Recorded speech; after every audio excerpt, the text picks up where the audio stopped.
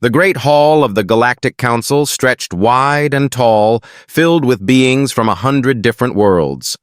Some looked like giant insects, others like walking trees, and some had no solid form at all. But among them all, the humans looked small and weak. Ambassador Sarah Chen sat in her chair, listening to the heated debate between two warring species.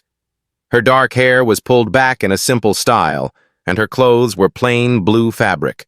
She did not carry weapons or wear armor like many others in the room. When she spoke, her voice was soft and calm.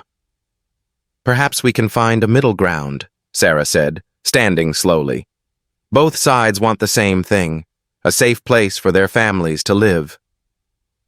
The arguing stopped. Around the hall, alien heads turned to look at her. Some made sounds that might have been laughter. Others shook their heads in what looked like pity. War Prime Kethvar rose from his seat. He was 8 feet tall, covered in black armor that gleamed under the lights. His 4 arms ended in sharp claws, and his insect-like eyes glowed red. When he spoke, his voice was like grinding metal. Kethvar's mandibles clicked together. The human speaks of sharing again. Sarah did not look angry or scared. She simply nodded. "Peace is for the dead," Kethvar said. He turned to face the other council members. "I ask again, why does this pathetic species sit among us? They have no great fleets. They claim no vast territories." Many aliens in the hall made sounds of agreement. The humans had been part of the Galactic Council for 300 years, but they still seemed different. Strange. Weak. The Corinth delegate, a being made of living crystal, spoke next. "The humans have helped us solve many conflicts without bloodshed." Kethvar laughed, a harsh sound like breaking glass. "They solve problems by giving everyone what they want. That is not strength." Sarah remained standing, her hands folded in front of her. "We choose our methods carefully." "More weakness," Kethvar said. "My people, the great Zephyrian Empire, have conquered 47 worlds. We took them with strength and honor. We kept them with fear and discipline." The Zephyrian War Prime stepped closer to the human section. His claws scraped against the metal floor. "Your people interest me, human. You claim to want peace, yet you spread across the stars like any other species. But you do it so carefully, so slowly." Around the hall, other species watched with interest. Some had wondered the same thing about humans. They were not primitive. Their technology was actually quite advanced, but they used it so gently, so carefully. Their colony ships moved slowly between stars. Their trade vessels carried goods, not weapons. Their research stations studied empty space and distant suns instead of building weapons. Sarah looked directly at Kethvar. For a moment, something flickered in her eyes. Something that might have been sadness. Or maybe it was something else. "We move carefully because we know what happens when we do not," she said. Kethvar tilted his head, studying her. But Sarah had already sat down. The moment passed, and the council moved on to other business. Later that day, Kethvar met with his war chiefs in their private chambers. The room was decorated with weapons from their conquered worlds, swords, energy cannons, and the banners of defeated armies. "The humans mock us with their weakness," Kethvar said, pacing back and forth. General Vextar, his second-in-command, nodded. "My scouts report the same thing from all human worlds. No military bases, no war fleets. Their defense forces are tiny." "It makes no sense," another general said. "How did they develop space travel? How do they maintain their colonies? Every other species fights for resources, for territory, for survival. But humans just..." Kethvar stopped pacing. "Perhaps it is time to show the galaxy what real strength looks like. If we conquered a human world, it would prove that their way of peace is foolish." Vextar asked. "New Geneva," Kethvar said without hesitation. "Their largest colony. 2 million humans live there. None of them knew about the locked rooms deep beneath Earth's surface. They could not see the sealed vaults that held weapons designed to crack planets in half. They did not know about the classified files that recorded humanity's bloody history, the world wars, the genocides, the weapons that had nearly destroyed their own planet. They could not hear the quiet conversations happening in government buildings across human space. Old men and women with gray hair and tired eyes talking about choices they hoped never to make again. "The Zephyrians grow bold," said one of these humans, sitting in a secret meeting room far from the Galactic Council. 300 years of peace, another voice said. 300 years of choosing the harder path, of building instead of destroying. "It has been worth it," said a third voice. On Earth, in the deepest vaults, machines that had slept for centuries began to hum with power. Not because anyone had turned them on, but because they were programmed to wake up when certain signals appeared. Signals that meant humanity might need to remember who they used to be. Sarah Chen stood in her quarters on the council station, looking out at the stars. She thought about her great-grandmother, who had lived through the last human war. The old woman had told stories about cities burning, about weapons that could destroy continents, about the day humanity looked at what they had become and chose to be something else. But in the darkness between the stars, Zephyrian ships were already moving toward human space, and for the first time in 3 centuries, humanity would have to choose again. The attack came at dawn on New Geneva, when most of the colony was still asleep. Captain Maria Santos was drinking her morning coffee in the orbital defense station when the alarms started screaming. Her cup fell to the floor, shattering as she rushed to her control console. She shouted over the noise. "Unknown ships dropping out of hyperspace," her sensor officer called back.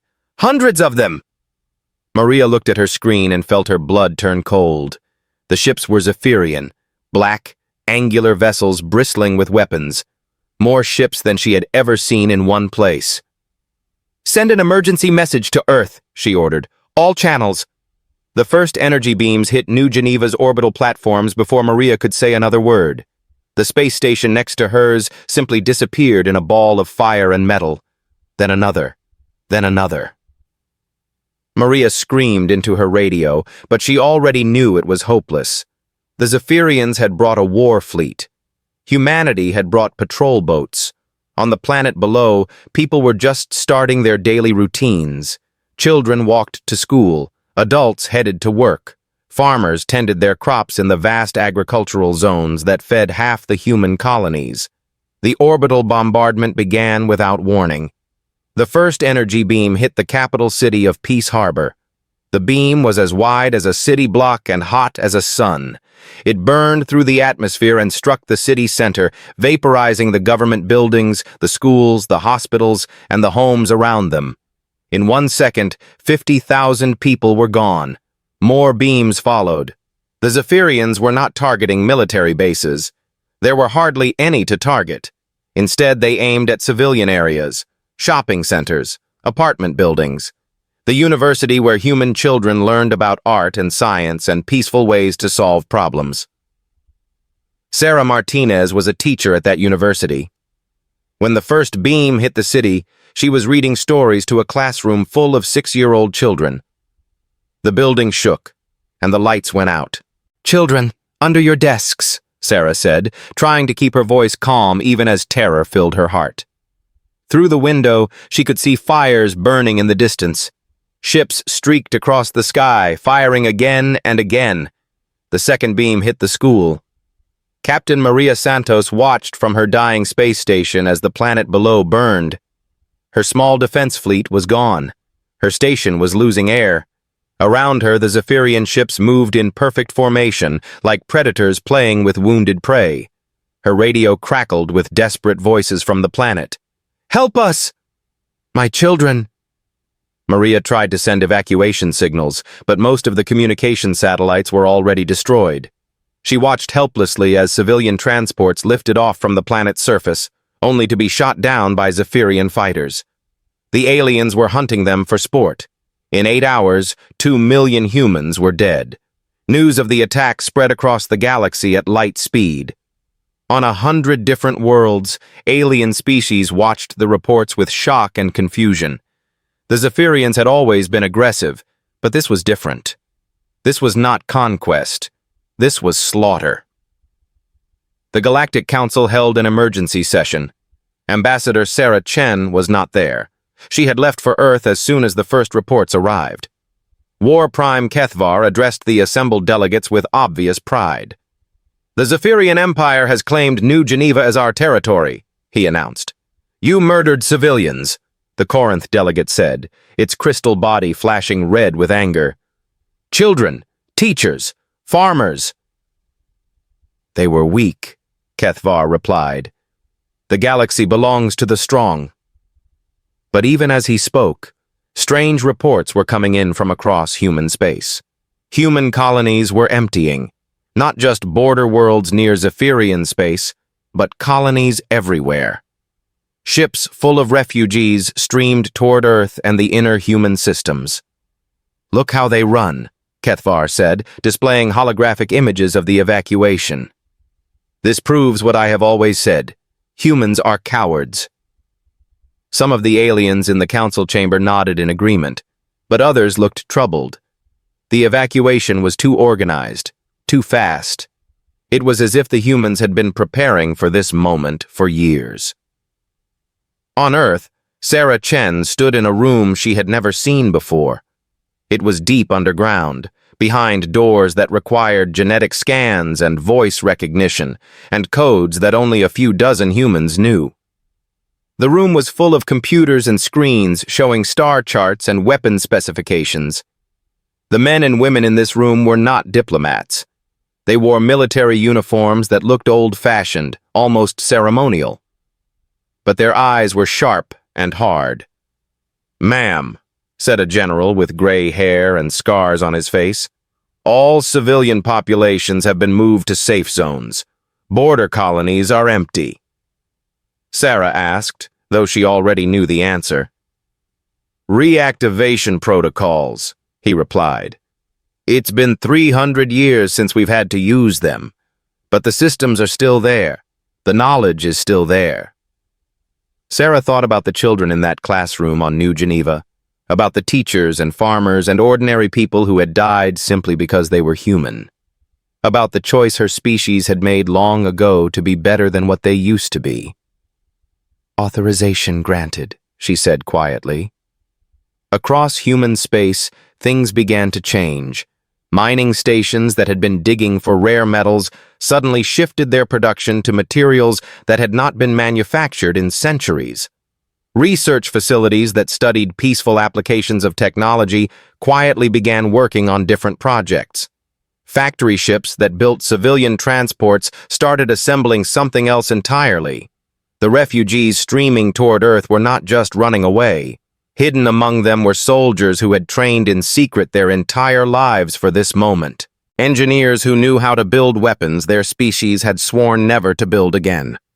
Strategists who studied not just current alien military doctrine, but the deepest, darkest chapters of human history. War Prime Kethvar prepared to attack another human world, confident that the galaxy was seeing human weakness. He sent messages to his fleet commanders, ordering them to target 3 more colonies. "Make it quick," he told them. "The humans offer no resistance."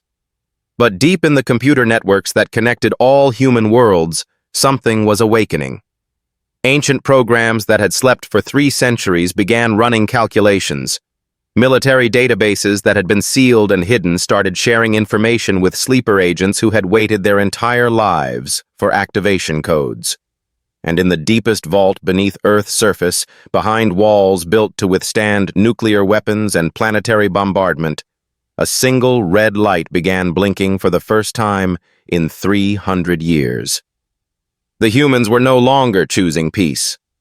Admiral Marcus Torres had not worn his military uniform in 20 years. The dark blue fabric felt strange against his skin as he walked through the corridors deep beneath Earth's surface. The hallways were lit by red emergency lights that had not been turned on since his grandfather's time. He entered a room filled with men and women he had not seen in decades. Some wore civilian clothes. They had been teachers, farmers, shop owners for most of their adult lives. Others wore uniforms like his own, with ranks and medals from a military that officially did not exist. The room fell silent. Everyone knew why they were here. For 3 centuries, this council had met only in training exercises. Their parents and grandparents had hoped this day would never come. Dr. Elizabeth Harper, who had spent 40 years teaching children about art and music, spoke first. "New Geneva is gone. 2 million civilians," asked General Chen, Sarah's older brother, who ran a farming collective on the Outer Rim. Torres looked around the room. These people had given up their real lives to serve as guardians of humanity's darkest secrets. They had studied war while pretending to love peace. They had prepared for violence while teaching their children to hate it. "The Geneva Accords are suspended," Torres said. The words felt heavy in his mouth. "Full strategic release is authorized." Across the room, people began activating computer terminals that had not been used in living memory. The screens showed star charts, weapon specifications, and deployment orders that had been written centuries ago but never implemented. "Phase 1 begins immediately," Torres continued. The former art teacher pulled up a holographic display that showed human space in 3 dimensions. Hundreds of stations, factories, and mining operations appeared as tiny dots of light. "All civilian infrastructure is online and converting," she said. "The asteroid mining stations in the Kepler system have switched to military production.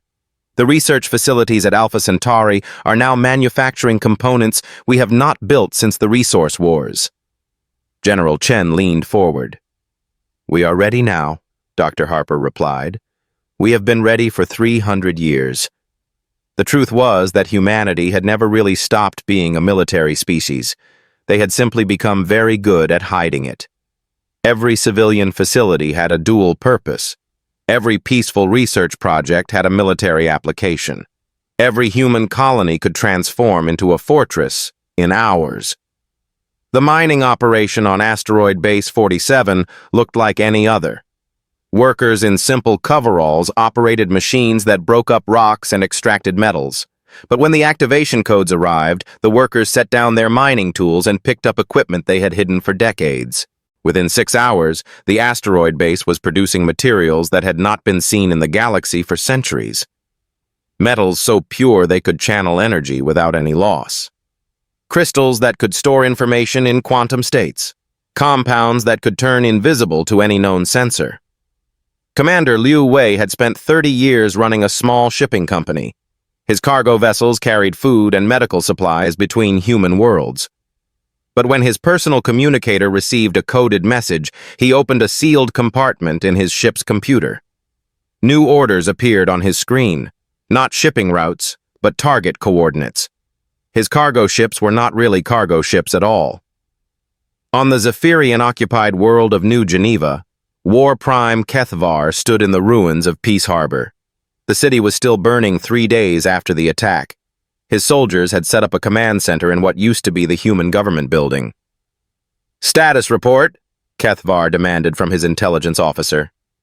"Strange, sir," General Vextar replied.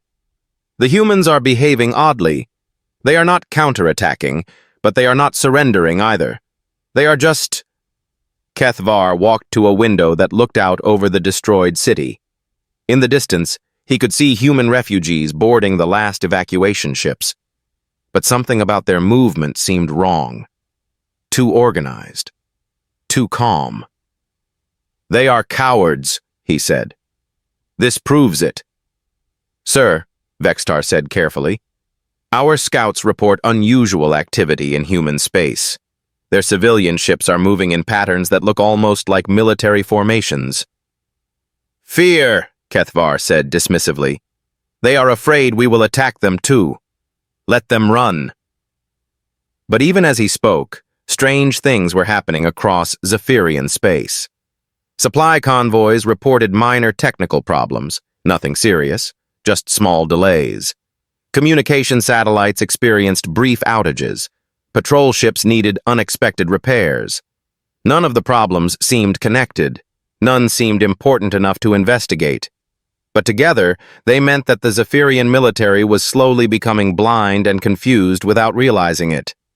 Far away on Earth, in a room full of computers, human intelligence officers watched every Zephyrian ship and base. They had been watching for centuries, learning, planning, preparing for a war they hoped would never come. "Phase 2 is ready," reported Colonel Singh, who had spent 40 years as a university professor. "All Zephyrian positions are mapped. Their communication codes are broken. Their supply lines are identified." Admiral Torres nodded. "Begin infiltration." Across the galaxy, things that looked like ordinary cargo containers began to move. But inside each container was not food or medical supplies. Inside was a single human operative with training that would have impressed the greatest warriors in galactic history. These humans had studied not just how to fight, but how to think like their enemies. They knew Zephyrian psychology better than most Zephyrians knew themselves. They could speak the language, understand the culture, and predict the reactions. In the Galactic Council chambers, Ambassador Sarah Chen made her final appearance as a diplomat. She stood at the podium where she had spent decades advocating for peace, compromise, and understanding. "Honored delegates," she said, her voice carrying across the vast chamber. The assembled aliens listened. Some felt sorry for her. The humans had clearly lost their war before it even began. For 3 centuries, humanity has chosen peace. We chose it not because we feared war, but because we understood it. We chose to build instead of destroy, to heal instead of harm. Sarah paused, looking directly at the Zephyrian delegation. War Prime Kethvar stared back at her with contempt. "The Zephyrian Empire has decided that our choice was weakness. They have chosen to test that assumption." She stepped away from the podium and walked toward the exit, but before leaving, she turned back one final time. "To all species of the galaxy, I offer this warning. What you are about to witness is not who humanity chooses to be. It is who we choose not to be." The chamber door closed behind her with a soft click. Sarah Chen would never return to the Galactic Council. The woman who walked back to her ship was no longer a diplomat. She was a general preparing for a war that would teach the galaxy why some sleeping giants should never be awakened.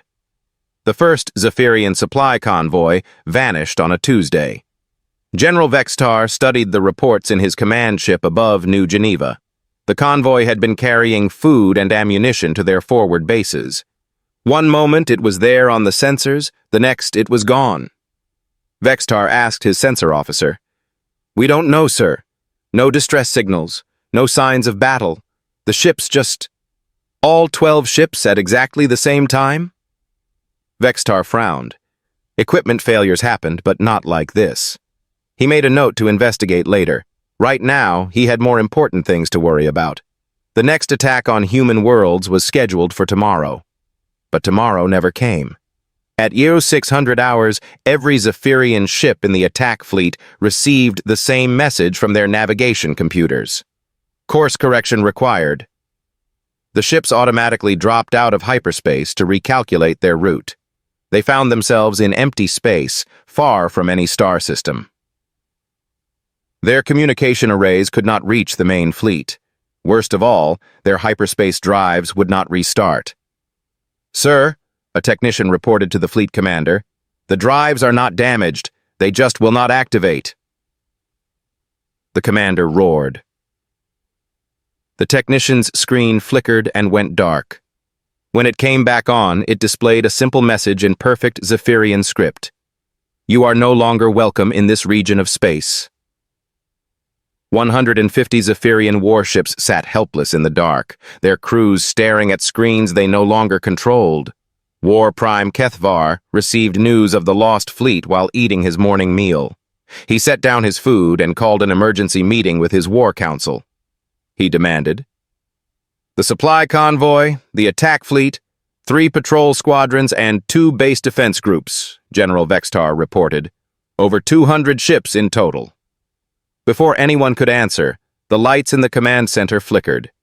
Every screen in the room went dark for 3 seconds. When they came back on, they all showed the same image: a human face. The face belonged to a middle-aged man in a military uniform. His expression was calm, almost polite. "War Prime Kethvar," the man said. "I am Admiral Marcus Torres, Strategic Defense Command, Human Alliance." Kethvar felt his mandibles click together in rage. "The same way we accessed your navigation systems, your supply databases, and your personnel files," Torres replied. "You see, War Prime, when you destroyed New Geneva, you crossed a line that has not been crossed in 300 years. "I am not afraid of human tricks," Kethvar snarled. "You should be," Torres said simply. "Your supply lines are cut. Your communication networks belong to us. Your ships go where we tell them to go." The transmission ended. Kethvar stared at the blank screen, feeling something he had never experienced before. Not fear. Zephyrians did not feel fear. But uncertainty. How had the humans taken control of Zephyrian military systems? How had they made entire fleets disappear without a trace? Kethvar had studied human military capabilities for years. They had small defense forces and outdated equipment. They should not be capable of this level of warfare. Over the next 3 weeks, the impossible became routine. Zephyrian bases reported intruders who appeared and disappeared like ghosts. Security cameras showed empty corridors, but guards were found unconscious with no memory of what happened. Weapon stockpiles vanished overnight. Command computers began giving orders that no one had programmed. On the fortress world of Keth-Dara, home to 50 million Zephyrian soldiers, General Thexmar watched his planetary defense grid turn itself off. The massive energy shields that protected the planet simply stopped working. When his technicians tried to restart them, the computers responded with error messages in human languages. "Sir," his chief engineer reported, "the humans have not just hacked our systems. They have rewritten them completely." Thexmar stared at his screens in disbelief. "How is this possible?" "Sir," the engineer said quietly, "I think our security protocols were designed by humans pretending to be Zephyrians." The general felt his blood run cold. "Based on the complexity of the infiltration, decades, sir." The truth was worse than Thexmar suspected. When the Zephyrians had first developed computer technology, they had bought key components from human traders. The humans had been helpful, friendly, eager to share knowledge and assist in development. They had offered excellent prices and superior products. Every computer, every ship, every weapon system in the Zephyrian Empire contained human-designed components. And buried deep in those components were hidden programs that had waited patiently for 3 centuries to receive their activation codes. The Zephyrians had built their entire military on a foundation designed by their enemies. But the true horror began when human ground forces finally appeared. The assault on Keth-Dara came without warning. One moment the planet was secure, protected by its defense grid and the most powerful military force in Zephyrian space. The next moment, human soldiers were inside the command bunkers. General Thexmar never saw them coming. He was reviewing deployment reports when his door opened and a figure in black armor stepped into his office. The armor was unlike anything he had ever seen. It seemed to bend light around it, making the wearer difficult to focus on. "Never!" Thexmar snarled, reaching for his sidearm. The human moved faster than Thexmar's eyes could follow. One moment the Zephyrian was reaching for his weapon, the next he was on the floor with the human standing over him. "General," the human said patiently, "your orbital defenses are offline. Your communication networks are compromised. Your weapons stockpiles are empty. Your soldiers are surrounded by forces they cannot see or fight effectively." Thexmar looked at his command screens. They showed his bases, his troops, his mighty fortress world. But now he could see things that had not been visible before. Human soldiers were everywhere, standing next to his own troops who seemed unaware they were no longer alone. Ishtimni, Pogiu Sutib Thexmar whispered. We have been preparing for this war longer than your species has had space travel, the human replied. We studied you. We learned your language, your culture, your psychology. We know how you think, how you fight, how you make decisions. The human leaned closer. More importantly, we know our own strengths. On screens across the planet, Zephyrian commanders watched in horror as their forces surrendered to enemies they had barely seen. Human soldiers appeared from nowhere, carrying weapons that seemed to work by unknown principles. When Zephyrian troops tried to fight, their own weapons would not fire, their armor would not protect them, their vehicles would not start. It was not a battle. It was a demonstration. Within 6 hours, the entire Zephyrian fortress world surrendered. 50 million of their finest soldiers laid down their weapons without a single human casualty. War Prime Kethvar received the surrender report while sitting in his command ship above New Geneva. He stared at the message for a long time, his mind struggling to understand what he was reading. Sir, General Vextar said quietly, Admiral Torres is requesting a direct communication. Kethvar knew he had no choice. When Torres's face appeared on the screen again, the human looked exactly as calm as before. War Prime, Torres said.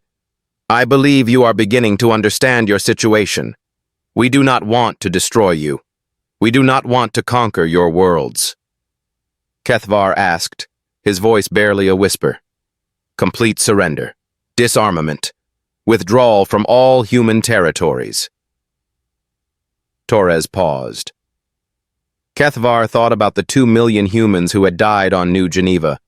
He thought about his own soldiers, trapped and helpless across dozens of worlds.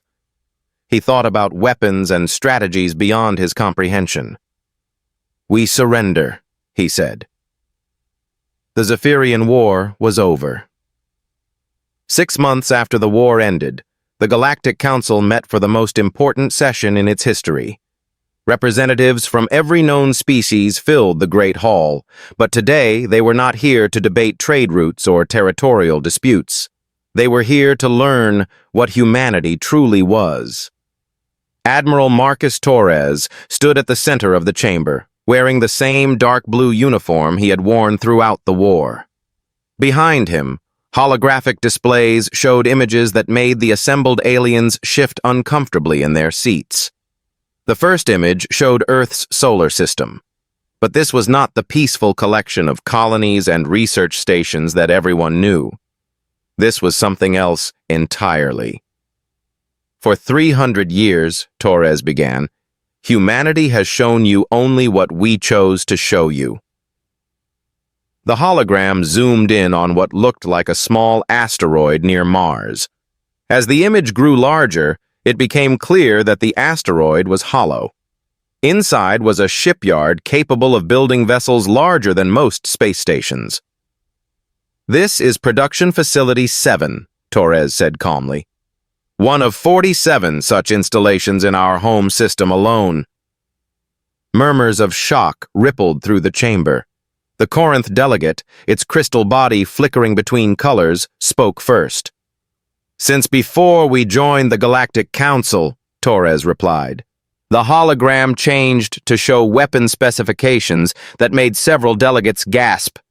Energy cannons that could crack moons, stealth systems that could hide entire fleets, defensive shields that could withstand the explosion of a star.